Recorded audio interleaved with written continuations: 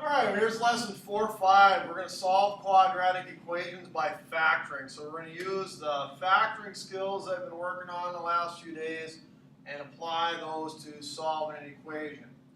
First off, we'll introduce the zero product property. And all that says is if I multiply two things and they equal zero, then what must be true? Well, if something times something else is zero, one of them has to be zero. We're going to use that to help us solve by factoring. Let's get to it. Example 1. 3x squared plus x equals 14. That's a quadratic equation because it's got an x squared. When it has an x squared, that tells me that there's a good chance there's two answers. If I had x to the third as my biggest exponent, that means there could be three answers. X to the fourth, four answers. We're going to try to find two answers here. In order to solve a quadratic, what we want to do is make it equal 0. So I'm going to bring the 14 over, subtract it over, make it equal 0. And now I'm going to try to go ahead and do the factoring that we've been doing. First step of factoring is take out what they have in common. These don't have anything in common, so I'm just going to write down my A and my C and realize that I'm looking for a sum of 1. Because that's what's right here. B is 1. Looking for a sum of 1 when I multiply outsides and insides. What do I multiply outsides and insides of? Well, the factors of 3 are 1, 3, 3, 1. And then how do I get a negative 14? I do negative 1, 14, 1, negative 14, negative 2, 7, 2, negative 7. So I'm doing outsides and insides trying to get 1.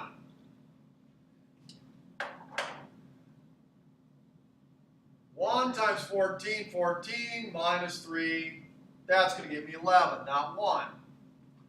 The next one would get me negative 11. If I do 1 times negative 14 and 3 times 1, I get negative 11, so that's not going to work. How about the next one here? 7, negative 6. 1 times 7 is 7, 3 times negative 2 is negative 6.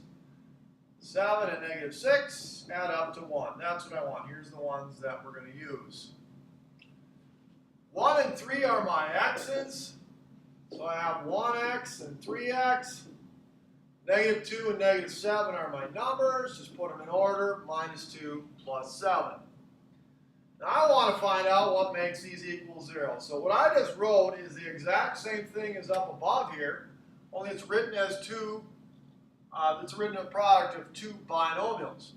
So since I have two binomials whose product is 0, that tells me that either the one on the left is 0 or the one on the right is 0. Solve these two equations, you find out x could be 2, or this one's 2 steps, x could be negative 7/3. Want to check your answers, go ahead. You could plug in 2 up top here, plug in 3 times 2 squared plus 2. And verify that that does equal 14. You'd end up with 12 plus 2 is 14. And if you also plug in negative 7/3 for both x's, you would end up with 14. It simplifies to 42 over 3, which is 14. Moving on, second problem. Make it equal 0. Add x. 31x. Subtract 4, plus 10. Look to see if anything goes into all three. No. So we're going to write down 5 and 10 and try to come up with a sum of 31. Let's see, I got 10 and 5 is 15. 5 and 10 is 15. 50 and 1 is 51, 25 and 2 is 27. I can't get 31. It turns out this one's actually not factorable. Well, what that means is I can't get any rational solutions for this.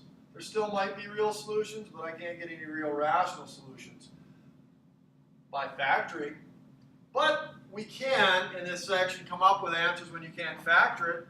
And we're going to do that by using our calculator. So I'm going to bring my calculator over at this time and show you how we would use our calculator. First, we we would go to, here's our blank screen, we'd go to y equals, I'd clear anything out of there, and I'm going to punch in 5x squared plus 31x plus 10. 5x squared plus 31x plus 10. Okay, now I'm going to graph that. Now hopefully you realize when I graph this, I'm going to get a parabola. It's going to be a parabola that opens up.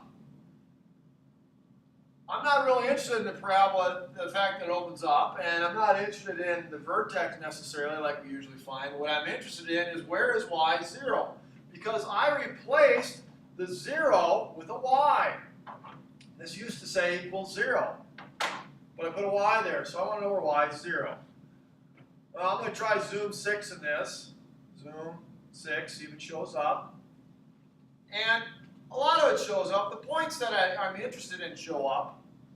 If I want to get the whole thing to show up, I see that the parabola is opening up, that the vertex is down lower there. So I'd have to change my window. I'd have to go down to say y min.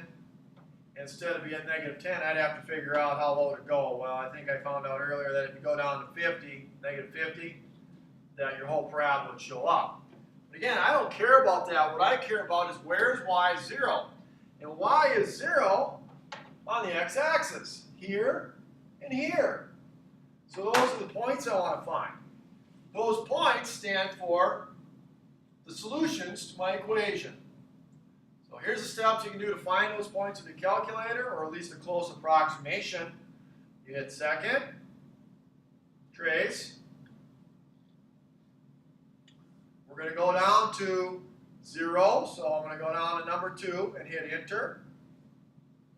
And then what you want to do is look for your blinking cursor. Now my blinking cursor it's blinking right up here.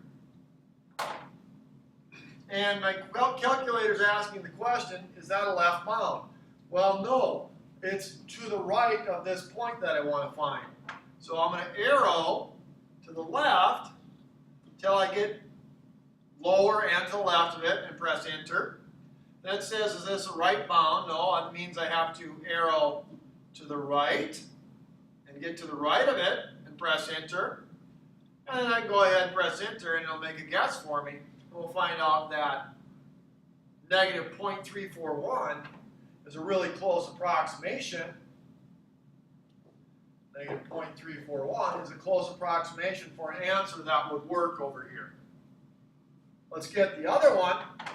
Second, trace. I want a 0. X-intercepts are zeros. And now I got to go way to the left and get to the left of my x-intercept right here. So I'm to the left of that, so I can press enter. Go to the right, arrow to the right, press enter, and then I get my other answer of negative 5.859. Real close approximation. So those are the two answers that would make this equation right here equal 0, negative 0.341 and negative 5.859. Negative 0.341 and negative 5.859 are the answers that would work for number 2. Okay, example 3. Solve, we're going to try to factor. First step of factoring is to take out what they have in common, and these have an x. So I'm going to take out an x. And if I do that, I'm already ready to go. I have two things that whose product equals 0. This is a monomial, this is a binomial. Their product is 0. So either this first term is 0, or this second term is 0. And we find out that x could be 7 over 5. Or, of course, it could be 0. So that was a real quick one. We didn't have to do a whole lot of work, but for some reason it ends up being one of the trickier ones we encounter. I don't know if we don't do enough practice or what it is. But always be on the lookout for taking out what they have in common. And then once you get it down to where you can figure out what makes each expression equal 0, stop and figure out what makes it equal 0. Example 4. Here I have an example of a square minus a square. How we factor a square minus a square? We square root the first one. So we'll have 6x and 6x, and we square root the second one. We just have to make sure and have 1 plus and 1 minus so that the middle term cancels out. That's that square minus square pattern that we practice on that big packet. Square root of both, have 1 plus, 1 minus. Now I just have to figure out what makes these equal 0. So I've got 6x plus 7 equals 0. Hopefully you get to the point you can do these in your head. It's only 2 steps. So up here I subtract 7, divide by 6. Over here I would add 7, divide by 6. There's my 2 solutions, negative 7 over 6 and positive 7 over 6.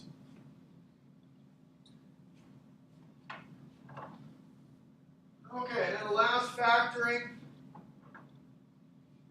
Extend this here. This is a trinomial, and I see perfect squares. I see a perfect square here and a perfect square at the end, and that perfect square at the end is positive. So for me, I think that they might be trying to get me to do a perfect square trinomial. So I square root the first, I square root the last, I use the sign in the middle, and then I check to see if this squared is in fact 81x squared minus 36x plus 4. Well, I know the first term is 81x squared because when I square 9x squared, when I square 9x, I get 81x squared. And I know the last term's 4 because when I square negative 2 or 2, I get positive 4. I need to check the middle. Remember how you check that? You multiply these. 9x times negative 2 is negative 18x. But then you got to double it. And that's negative 36x, and that's what we have here. So I came up with the correct factorization without doing a whole lot of work, without writing the 81 and the 4 down. So what I have here is 2 factors, but they're the same. I don't need to write them down like this. I can just realize that I'm getting the same answer, which would be plus 2 divided by 9.